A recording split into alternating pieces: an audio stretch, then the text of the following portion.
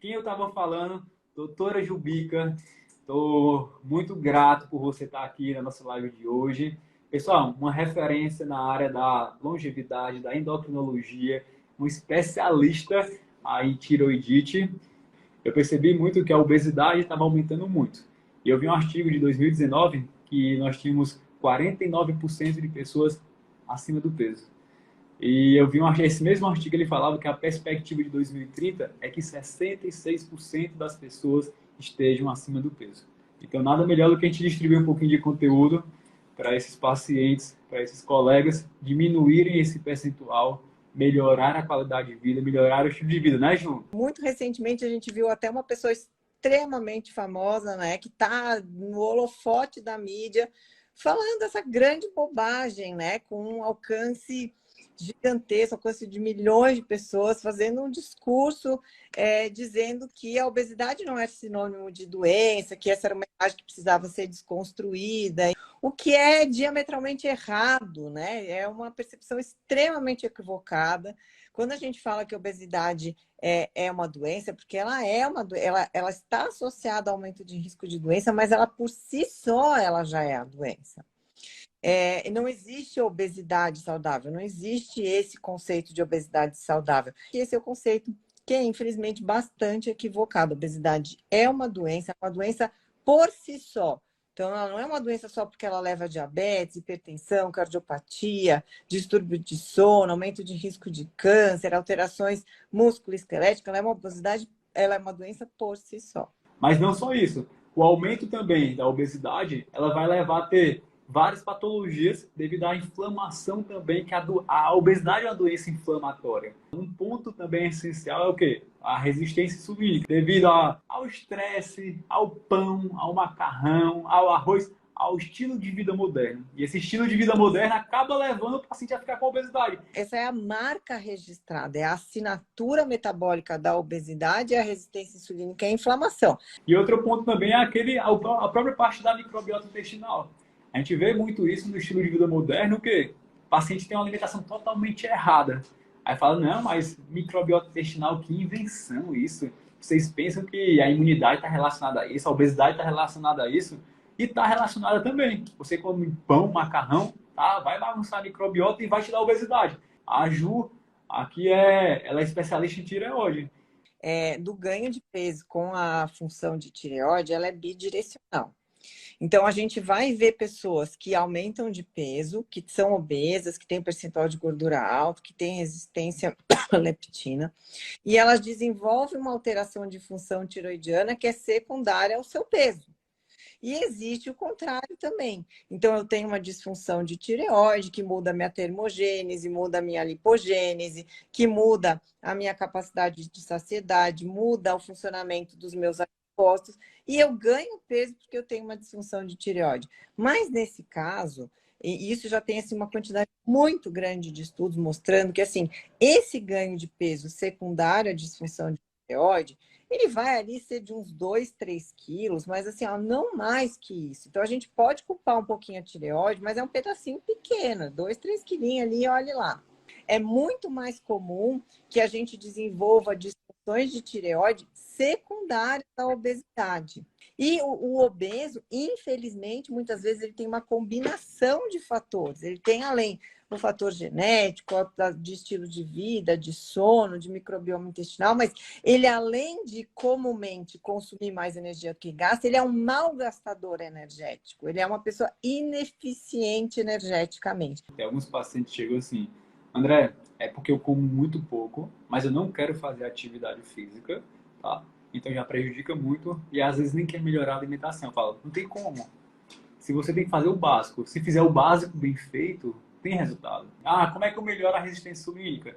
Uma forma que eu gosto de colocar muito aqui no paciente no consultório, além de uma dieta mais cetogênica ou um jejum intermitente também, isso é muito bom ter uma alimentação mais saudável. Mas jejum intermitente, eu gosto demais de utilizar essa estratégia para o paciente, até porque além de ele melhorar os índices inflamatórios, ele tem também, ele pode desencadear ao emagrecimento e isso vai melhorar muito a fadiga, o cansaço do paciente. Outro ponto muito importante também é que o paciente, quando tem obesidade, ele vai ter uma interferência no sono dele. Ele vai ter um insônia, ele vai ter o desequilíbrio do sono REM, do sono não REM, e isso vai fazer ele com que não produza hormônios, vai fazer com que não tenha uma boa concentração, uma boa memória, e são sintomas que a gente sente muito no paciente obeso.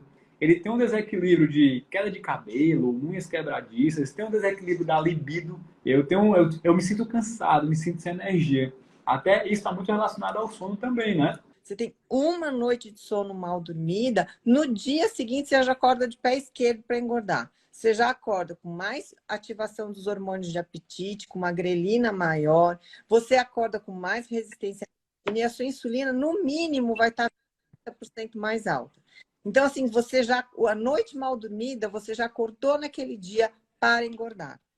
Estudos que demonstraram que homens que têm insônia crônica têm volume testicular menor. Então, o volume do testículo do homem que tem insônia crônica, ele é de tamanho menor, a massa de testículo funcionante menor. Isso leva a uma espermatogênese menos eficiente, ou seja, menos espermatozoide bom na jogada e nível de testosterona alterado. Eu gosto muito de falar da higienização do sono.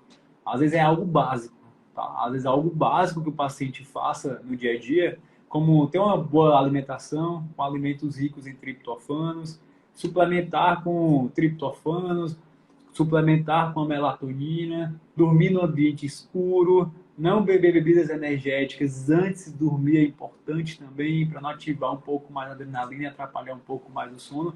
Então, tudo isso vai melhorar o que a Ju falou. Vai melhorar concentração, vai melhorar a memória, vai melhorar a produção de testosterona, vai melhorar a concentração, tudo isso vai ser estimulado. O paciente que quer emagrecer, ele tem muito aquela ânsia de ter muito rápido o resultado, né? E é tipo assim, quero para ontem, quero melhorar o sono para ontem, quero emagrecer para ontem. E às vezes, como é nosso tema na live de hoje vou comer pouco e eu não consigo emagrecer. Eu vejo muito isso também, até a Ju, melhor do que ninguém pode falar. Às vezes o paciente ele come uma alimentação altamente industrializada, sem nada de nutriente.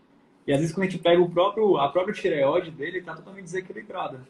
Mas às vezes, em vez de ser uma falta de hormônio, pode ser uma falta de alimentação saudável, um zinco, um selênio. Mesmo se você comer pouco, teu corpo é muito inteligente. Ele fala assim, calma aí, vou diminuir teu metabolismo aqui para tu não morrer, né? Então, isso é muito importante, Gil. Também a tireoide é um dos pilares principais do emagrecimento, né? Então, a pessoa que tem hipotiroidismo, se a gente for pegar assim, vamos dizer eu, tá? Eu não tenho hipotiroidismo. Digamos que eu vou lá, faço meu exame, meu TSH tá 2. É um TSH que até que se prova o contrário, é um TSH normal, certo? Digamos que aqui do meu lado tem uma pessoa que toma remédio, tem hipotiroidismo, toma seu remédio, tá? Ou só levotiroxina ou estrado, que for. Toma, faz reposição de hormônio de tireoide, a gente vai lá. Olha, o TSH é 2. É o mesmo número que eu. Mas para chegar nesse número, mesmo número que eu, essa pessoa aqui do meu lado, imaginária, ela toma hormônio de tireoide. As duas pessoas têm o mesmo valor de TSH, T4 livre, T3. O que falta naquela pessoa que está tomando hormônio de tireoide em comparação, de repente, com a Ju, que não tem dificuldade para perder peso? Mentira, que eu tenho. O que eles viram, André? Que os pacientes com hipotiroidismo e excesso de peso, eles têm sim uma taxa metabólica basal pior. Então, são menos eficientes metabolicamente, com todo o resto igual. Segundo, marcadores inflamatórios. Muito mais comum tem marcadores inflamatórios alterados do que nos indivíduos sem hipotiroidismo, para o mesmo nível de regulação hormonal. Mas olha só o que eles encontraram nesse estudo que eu estou te falando. Eles comiam menos. Então, assim, o indivíduo com hipotiroidismo, de fato, funciona diferente. As emoções despertadas no ato de nos alimentar, de escolher os nossos alimentos, elas também influenciam em como vai funcionar esse alimento no nosso corpo. Eu falo que são 3 pontos. O processo que a gente faz aqui, que a gente tem resultado, o sistema, que é todo o acompanhamento do paciente, e o terceiro é o paciente. Se os três estiverem alinhados e equilibrados, o paciente tem um resultado. Um emagrecimento, uma longevidade, evitar uma azia, evitar uma queda de cabelo, evitar patologias no futuro, melhorar a diabetes, melhorar a hipertensão. Tudo isso é muito importante. É muito frequente, assim, né? O que eu posso fazer para evitar ter problemas de tireoide? A gente tem algumas coisas que a gente pode fazer para cuidar da nossa saúde de tireoide, porque a tireoide é uma glândula do nosso corpo, talvez a glândula do nosso corpo que é o maior termômetro da vida que a gente leva. Você leva uma vida boa, saudável, provavelmente a sua tireoide vai ser boa e saudável. Mesmo que você tenha uma história familiar, mesmo que você tenha uma genética desfavorável, mas o princípio de tudo, a base de tudo, não está numa pílula, não está numa comida especificamente, está no resultado final de um estilo de vida saudável.